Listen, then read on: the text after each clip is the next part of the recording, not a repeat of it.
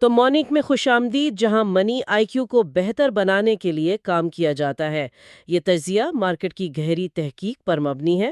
بالکل، اور آج ہم ایک بہت ہی دلچسپ موضوع پر بات کرنے والے ہیں۔ ہاں، آج کی اس گہری تحقیق کا بنیادی مقصد پاکستان اسٹاک ایکسچینج، جسے ہم عام زبان میں پی ایس ایکس کہتے ہیں، صحیح کہا، پی ایس ایکس، تو اس کے اندر سرمایہ کاروں کے رویے کا گہرا مطالعہ کرنا ہے۔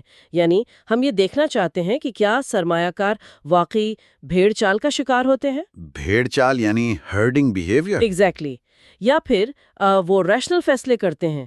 کیونکہ عام دوستوں کی بیٹھک میں یا چائے کے ڈھبوں پر اگر اسٹاک مارکیٹ کا ذکر چھڑ جائے نا، تو بس افواہوں اور جذبات کا ہی ذکر ہوتا ہے۔ ہاں ہاں بالکل، اسے صرف جذبات، افواہوں اور تکے کا کھیل سمجھا جاتا ہے۔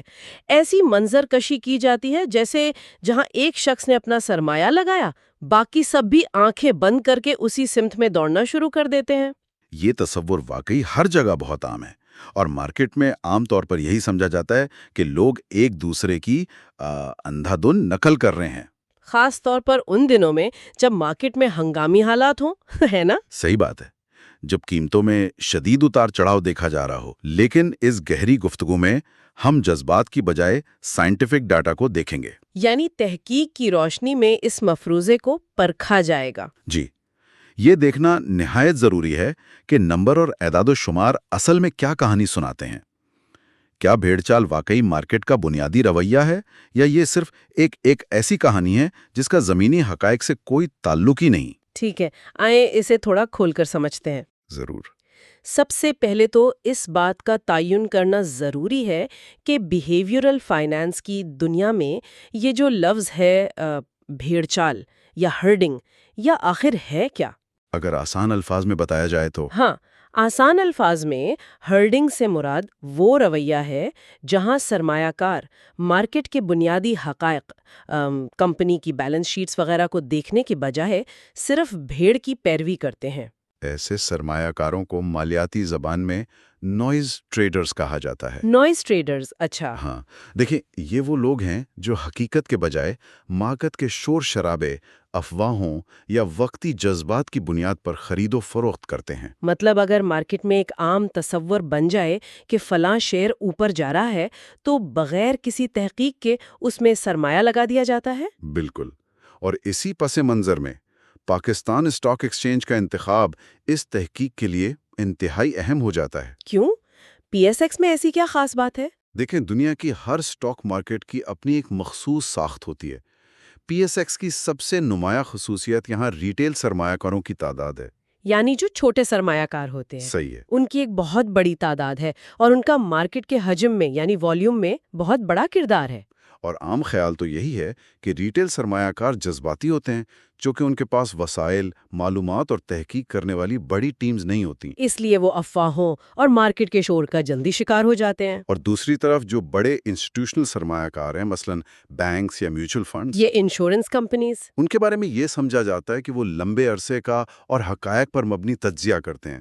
لیکن عام تصور تو یہی کہتا ہے کہ اگر مارکیٹ میں ریٹیل سرمایہ کاروں کا غلبہ ہے اور وہ روزانہ کی بنیاد پر اہم والیوم جنریٹ کر رہے ہیں تو وہاں بھیڑ چال کے اثرات بھی بہت نمایاں ہونے چاہیے۔